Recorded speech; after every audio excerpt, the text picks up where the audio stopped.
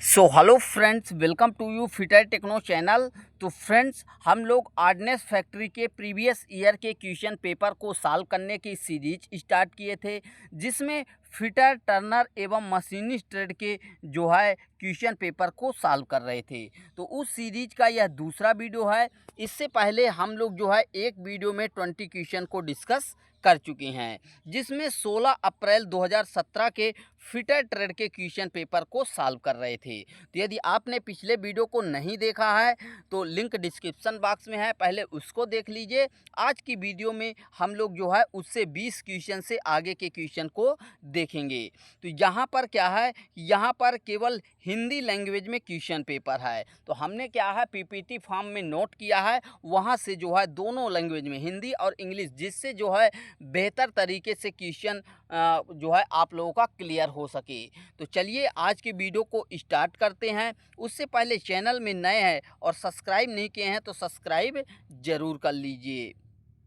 तो यहाँ पर ये ऑर्डिनेंस फैक्ट्री के क्वेश्चन पेपर की सीरीज का जो है सेट नंबर 2 है। इसका पीडीएफ भी जल्द आप लोगों को हमारे चैनल पर प्रोवाइड कराया जाएगा, जो कि व्हाट्सएप ग्रुप है। ठीक है, तो वहाँ पर ग्रुप का लिंक डिस्क्रिप्शन बॉक्स में है, वहाँ से जाकर ज्वाइन ज़रूर कर लीजिए। या फिर आप मैसेज करेंगे, अगर ग्रुप को ज्वाइन करने में कोई इशू आता है तो व्हाट्सएप नंबर भी दिया हुआ है डिस्क्रिप्शन बॉक्स में, तो वहाँ से आप हमें संपर्क कर सकते हैं व्हाट्सएप में। क्या बोला गया है आज के पहले क्वेश्चन में कि which of the following threaded connection is used where sliding force act in only one direction. Hindi में बोला जाए तो निम्नलिखित थ्रेडेड रूप में से किसका एक थ्रेडेड संयोजन का उपयोग वहाँ पर किया जाता है जहाँ स्लाइडिंग बल केवल एक दिशा में काम करता है। क्या वह नकल थ्रेड है? तो ये मजबूत थ्रेड होती है, लेकिन जो है ये क्या करती है, एक दिशा में फोर्स को नहीं सहन कर सकती। सेकंड मिल जाता है सॉ टूथ यानी बटरस थ्रेड, वी थ्रेड या फिर स्क्वायर थ्रेड। तो देखिए जहाँ पर बात कही जाए एक तरफ से बल लगने की, जैसे ये क्या है कुछ इस तरीके से, तो ये वाला सरफेस जो है आपके एक्सिस से 90 डिग्री पर होता है और ये वाला 45 डिग्री पर होता है। तो जब इधर से फोर्स पड़ता है एक तरफ से, तो इसको सहन करने के लिए थ्रेड बनाई जाती है, जिसको बोला जाता है सॉ टूथ यानी आरा दांत या फिर बटरस थ्रेड। तो यहाँ पर बी ऑप्शन आपका फर्स्ट नंबर का क्वेश्चन का राइट आंसर होगा। अगले क्वेश्चन में क्या बोला गया है कि snagging is a process of removing metal by, यानी अपघर्षण यानी स्नैगिंग डॉट द्वारा धातु को निकालने की प्रक्रिया है। क्या ये जो है मेटल कटिंग सा की प्रक्रिया है या फिर कटिंग विथ चीजल? क्या इसमें जो है स्नैगिंग में चीजल के द्वारा काटा जाता है या फिर रबिंग किया जाता है या फिर ग्राइंडिंग किया जाता है? क्या राइट आंसर हो जाएगा आपका स्नैगिंग? तो स्नैगिंग एक जो है ग्राइंडिंग प्रोसेस है, ठीक है, जिसमें जो है छोटे छोटे चिप्स के रूप में धातु को काटा जाता है।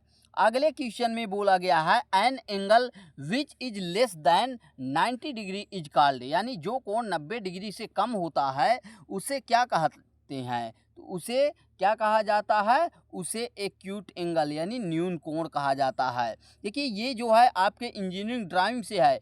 कई सारे छात्र बोलेंगे कि ये मैथ का है, तो मैथ का नहीं है, आपके इंजीनियरिंग ड्राइंग का क्वेश्चन है। ठीक है, आगे क्या बोला गया है कि the best example of a semi liquid lubricant is, यानी अर्ध तरल स्नेहक का सबसे अच्छा उदाहरण है। तो देखिए यहाँ पर आपको लुब्रिकेंट की बात करें तो लुब्रिकेंट को जो है 3 प्रकार से डिवाइड किया गया है, ठीक है, जिसमें आपका एक होता है सेमी लिक्विड लुब्रिकेंट, एक होता है आपका सॉलिड लुब्रिकेंट और एक आपका हो जाता है लिक्विड लुब्रिकेंट। तो देखिए पहले लिक्विड लुब्रिकेंट आता है, फिर सेमी लिक्विड और एक सॉलिड लुब्रिकेंट होता है। तो वही पूछा गया है कि जो सेमी लिक्विड लुब्रिकेंट है उसका सबसे बेस्ट एग्जाम्पल क्या है? ऑप्शन दिया गया लॉर्ड ऑयल, कैस्टर ऑयल या फिर ग्रेफाइट या फिर ग्रीज। तो क्या राइट आंसर हो जाएगा? ग्रीस आपका जो है यहाँ पर राइट आंसर होगा, क्योंकि ग्रीस जो है सबसे अच्छा सेमी लिक्विड लुब्रिकेंट होता है। बाकी ये लॉर्ड ऑयल, कस्टर्ड ऑयल ये जो है हमारे सेमी लिक्विड लुब्रिकेंट के अंतर्गत आते हैं। सॉरी, ये दोनों जो है लिक्विड तरल लुब्रिकेंट के अंतर्गत आते हैं, लिक्विड लुब्रिकेंट। अगले क्वेश्चन में क्या बोला गया? विच of the following heat treatment process produce a scale free surface on the component, यानी निम्नलिखित ऊष्मा शोधन प्रक्रिया में से कौन सी घटक पर एक पैमाना मुक्त सतह पैदा करती है। यानी बोला गया है कि हीट ट्रीटमेंट की प्रोसेस होती है जिसमें जो स्केल फ्री सरफेस प्रोवाइड कराती है वह कौन सी जो है हीट ट्रीटमेंट की प्रोसेस है। ऑप्शन दिया गया है कार्बोराइजिंग, नाइट्राइडिंग, केस हार्डनिंग या फिर इंडक्शन हार्डनिंग। तो जब बात कही जाए स्केल फ्री सरफेस की तो उस कंडीशन में आपका कहाँ पर राइट आंसर जाना चाहिए? आपका इंडक्शन हार्डनिंग यानी प्रेरण कठोरण में डायरेक्ट चला जाना चाहिए। तो यहाँ पर आपका इंडक्शन हार्डनिंग राइट आंसर हो जाएगा, क्योंकि इसमें इंडक्शन कॉइल की मदद ली जाती है। अगले क्वेश्चन में बोला गया है विच of the following locators is used for calculation locating internal diameter, यानी आंतरिक व्यास की गणना के लिए निम्नलिखित में से कौन से लोकेटर का प्रयोग किया जाता है। तो देखिए इंटरनल डायामीटर की बात की गई है, तो यहाँ से क्लियर हो जाना चाहिए। ऑप्शन मिल जाता है V locator, nest locator, pin type locator या फिर सॉलिड सपोर्ट लोकेटर। क्या राइट आंसर हो जाएगा आपका 6 नंबर का? तो आपका हो जाएगा pin type locator, C option correct होगा। अगला क्वेश्चन क्या बोला गया है कि for general purpose roughness value are classified into 12 grade the range is, यानी बोला गया है कि सामान्य कार्य के लिए खुरदुरापन यानी जो सरफेस रफनेस होता है उसके वैल्यू को क्लासिफाइड किया जाता है टोटल 12 ग्रेड में, लेकिन उसकी परास क्या है, रेंज क्या है, सीमा क्या है। तो ये जो है N1 से लेकर N12 तक रखी जाती है, इसकी रेंज होती है। तो N1 से N12 जो है आपका ए ऑप्शन में मिल जाता है, तो यही आपका राइट आंसर हो जाएगा। अगले क्वेश्चन में क्या बोला गया है, यहाँ पर क्वेश्चन को थोड़ा सा ध्यान से पढ़िएगा 8 नंबर के, कि बोला गया है after threading a hole by tapping tool, यानी टैपिंग टूल से जो है एक होल की थ्रेडिंग की गई। It was found that the crest of the thread was not fully formed, this defect is case due to, यानी टैप टूल द्वारा या कहें कि टैप द्वारा एक छेद में थ्रेड काटने के बाद यह पाया गया कि थ्रेड का जो शिखा है यानी क्रेस्ट, जैसे ये क्या होता है, जैसे मान लीजिए ये थ्रेड है, ठीक है, तो ये वाला पॉइंट वाला भाग इसका क्या कहलाता है, क्रेस्ट कहलाता है, और ये वाला नीचे वाला क्या कहलाता है, रूट, क्या रूट कहलाता है। यानी ये जड़ है और ये क्रेस्ट है तो शिखर है, ठीक है।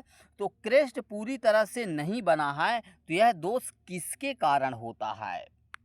ऑप्शन मिल जाता है इनसफिशिएंट कूलेंट सप्लाई, क्या प्रॉपर तरीके से शीतलक की आपूर्ति नहीं की गई, इस वजह से यह मतलब दोष उत्पन्न हुआ है, या फिर बी ऑप्शन में मिल जाता है hole size slightly larger then trap drill size, यदि छेद का आकार नल ड्रिल के आकार से थोड़ा अधिक होता है, क्या उस कारण से, या फिर hole size is slightly smaller than tap drill size, यानी छेद का आकार टैप ड्रिल के आकार से थोड़ा कम होता है, या फिर broken tip of cutting edge of tap, क्या नल के कटाव किनारे की टूटी हुई टिप।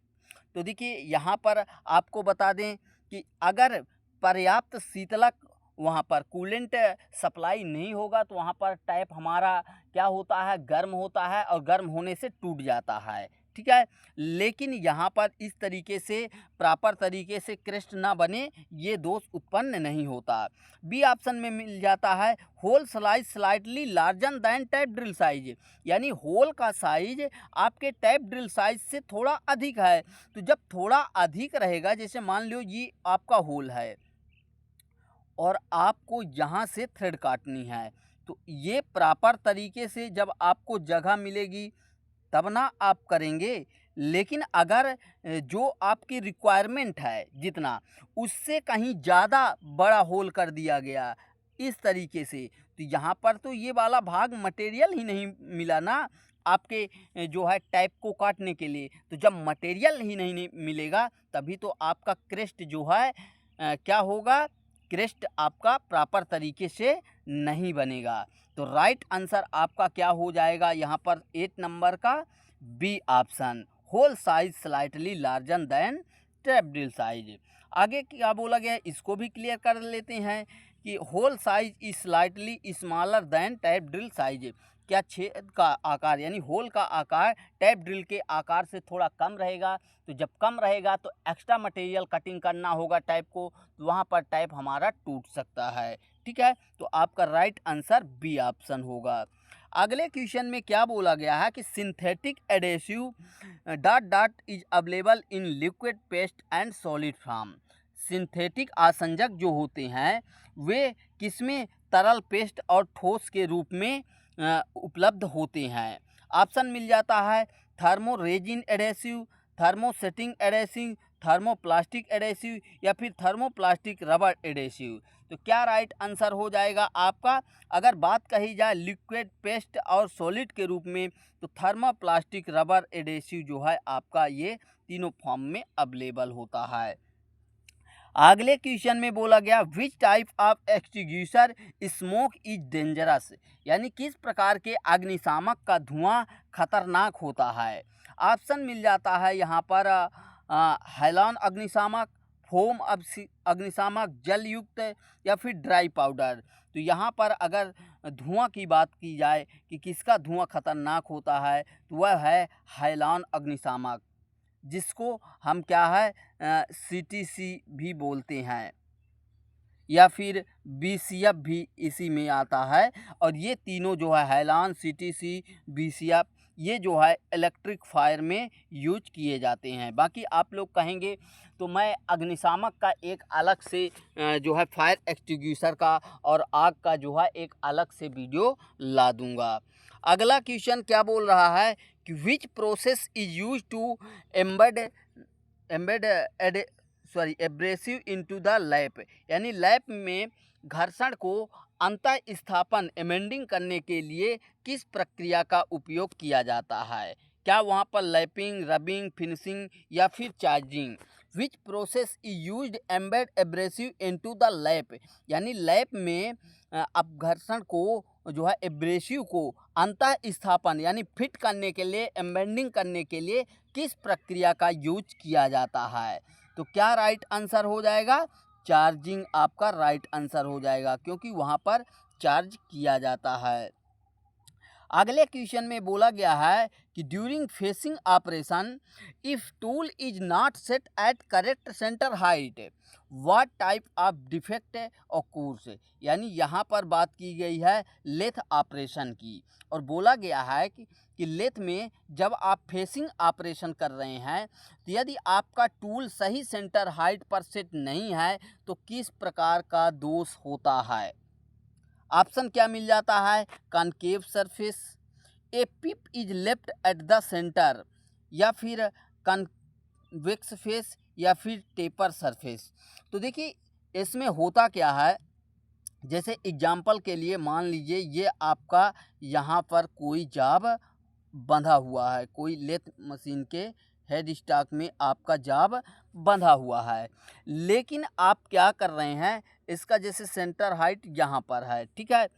अब आप क्या कर रहे हैं कि जो आपका कटिंग टूल है, क्या जो आपका कटिंग टूल है, तो आप कटिंग टूल को सेंटर हाइट पर ना रख के इस सेंटर हाइट से नीचे रख रहे हैं या फिर ऊपर रख रहे हैं। तो क्या जो है आपका बनेगा, कैसा जो है डिफेक्ट आएगा। तो उस कंडीशन में आपके जॉब के सेंटर पर जो है एक पिप बन जाती है, यानी a pip is left at the centre. B option आपका राइट आंसर हो जाएगा। अगले क्वेश्चन में बोला गया है in a component drawing a dimension is specified 25 plus minus 0.02 millimetre, what tolerance is involved this. यानी आपका कोई जॉब है जिसमें दिया गया है 25 और प्लस माइनस दोनों में 0.02 मिलीमीटर का टॉलरेंस दिया गया है। तो बोला गया है कि इसमें सहिष्णुता यानी टॉलरेंस कितनी है। तो जब प्लस माइनस दोनों में दिया गया है तो 0.02 और 0.02, तो प्लस माइनस दोनों में दिया गया है तो हम क्या कर देते हैं, जोड़ देते हैं। तो आपका 0.04 मिलीमीटर राइट आंसर हो जाएगा। ये टॉलरेंस इसमें दी गई है। आगे बोला गया है कि during the honing process most operator prefer manual stroke instead of power stroke because. यानी जब आप होनिंग करते हैं तो होनिंग के दौरान जो अधिकतर ऑपरेटर होते हैं वह पावर स्ट्रोक के बजाय हाथ से मैनुअल स्ट्रोक को पसंद करते हैं। लेकिन उसका रीज़न क्या है, किस रीज़न से मैनुअल स्ट्रोकिंग को प्रेफर देते हैं। ऑप्शन मिल जाता है work can be done easily on outer surface, क्या बाहरी सतहों पर काम आसानी से किया जा सकता है, या there is flexibility in operation, क्या संचालन में लचीलापन होता है इसलिए, या फिर job can be completed in large quantity, क्या बड़ी मात्रा में कार्यों को पूरा किया जा सकता है मैनुअल स्ट्रोक देके, या फिर this is the most economical way, क्या यह सबसे किफ़ायती तरीका है। तो जी नहीं, आपका जो राइट आंसर हो जाएगा there is flexibility in operation के दौरान थोड़ा बहुत फ्लेक्सिबिलिटी मैनुअल स्ट्रोकिंग में मिल जाती है। अगला क्वेश्चन में बोला गया what is the structure of copper when the copper metal is forged cast state. यानी बोला गया कि जब तांबा जैसी धातु को फोर्ज किया जाता है, कास्टिंग की जाती है, तो उस स्थिति में तांबे की संरचना क्या होती है, क्या फाइबर होती है, ग्रेनुलर होती है, आकारहीन होती है, या फिर क्रिस्टलीन होती है। तो क्या राइट आंसर हो जाएगा, उस समय जो है आपका तांबा जो है क्या हो जाएगा, फाइबर के रूप में हो जाएगा, तंतुमय। अगले क्वेश्चन में बोला गया है tensile strength of a metal is its ability to resist failure under tensile load is expressed in term of. यानी एक धातु की तनन शक्ति उसकी तनन लोड के अधीन फ्रैक्चर का प्रतिरोध करने की क्षमता होती है, यह किसके रूप में व्यक्त की जाती है। तो यह किस में व्यक्त की जाती है, आपका किलोग्राम प्रति मिलीमीटर स्क्वायर में जो है यहाँ पर राइट आंसर हो जाएगा। अगला क्वेश्चन बोला गया है 17 नंबर का कि which of the following metal is used for sea water application. यानी समुद्री जल क्षेत्र में निम्नलिखित में से कौन सी धातु सामग्री का प्रयोग किया जाता है। तो समुद्री जल क्षेत्र बोला गया है तो क्या ऑप्शन मिल जाता है, टाइटेनियम, गन धातु यानी गन मेटल, निकल कॉपर एलॉय, या फिर ब्रास। तो क्या राइट आंसर हो जाएगा 70 का टाइटेनियम। ठीक है, ए ऑप्शन आपका राइट आंसर हो जाएगा। अगला क्वेश्चन बोला गया pitch diameter divided by the number of teeth in A gear is called. यानी एक गियर में दांतों की संख्या यानी नंबर ऑफ टीथ को डिवाइड किया गया पिच सर्कल डायमीटर से, तो उसे क्या कहा जाता है, अडेंडम, पिच, मॉड्यूल, या फिर डिडेंडम। तो क्या राइट आंसर हो जाएगा आपका 18 नंबर का सी, मॉड्यूल बराबर होता है आपका number of teeth upon pitch circle diameter. तो मॉड्यूल यहाँ पर राइट आंसर हो जाएगा। बाकी आप लोग कहेंगे तो हम गियर टर्मिनोलॉजी से एक अलग से वीडियो ला देंगे जहाँ पर आपके गियर टर्मिनोलॉजी से पूरा सब कुछ क्लियर हो जाएगा। अगले क्वेश्चन में क्या बोला गया है 19 नंबर में कि which circlip is located in deep groove and provided a large shoulder on small diameter of shaft. त्रिज्यता संयोजित कौन सी सर्कलिप गहरे खांचे में स्थित है और शाफ्ट के छोटे छोटे व्यास पर एक बड़ा शोल्डर प्रदान करती है?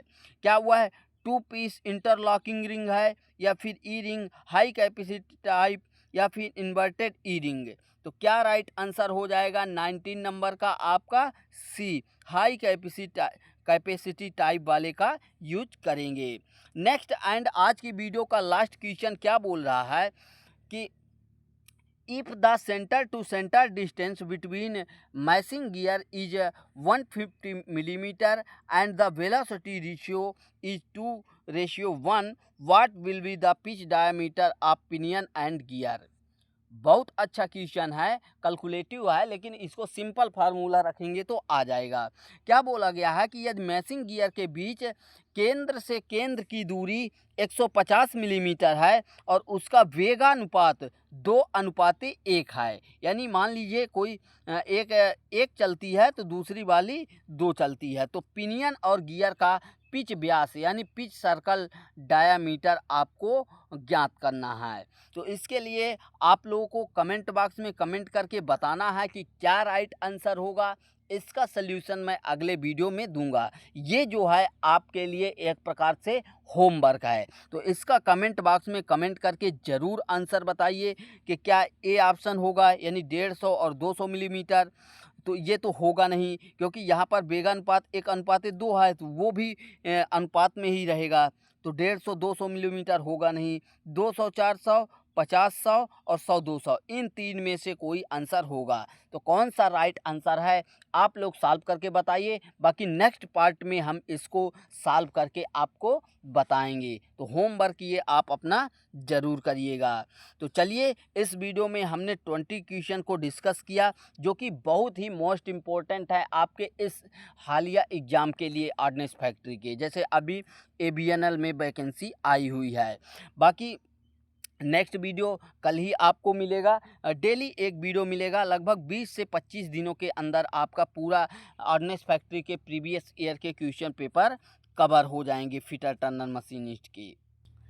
बाकी आप लोगों ने अगर चैनल को सब्सक्राइब नहीं किया है तो सब्सक्राइब ज़रूर कर लीजिए, क्योंकि यहाँ पर फिटर टर्नर मशीनिस्ट का सबसे बेस्ट क्वालिटी कंटेंट आपको मिलने वाला है, वो भी फ्री ऑफ कॉस्ट में। किसी तरह का आपको कहीं भी पेमेंट नहीं करना है। तो मिलते हैं नेक्स्ट वीडियो में। Thanks for watching and bye bye.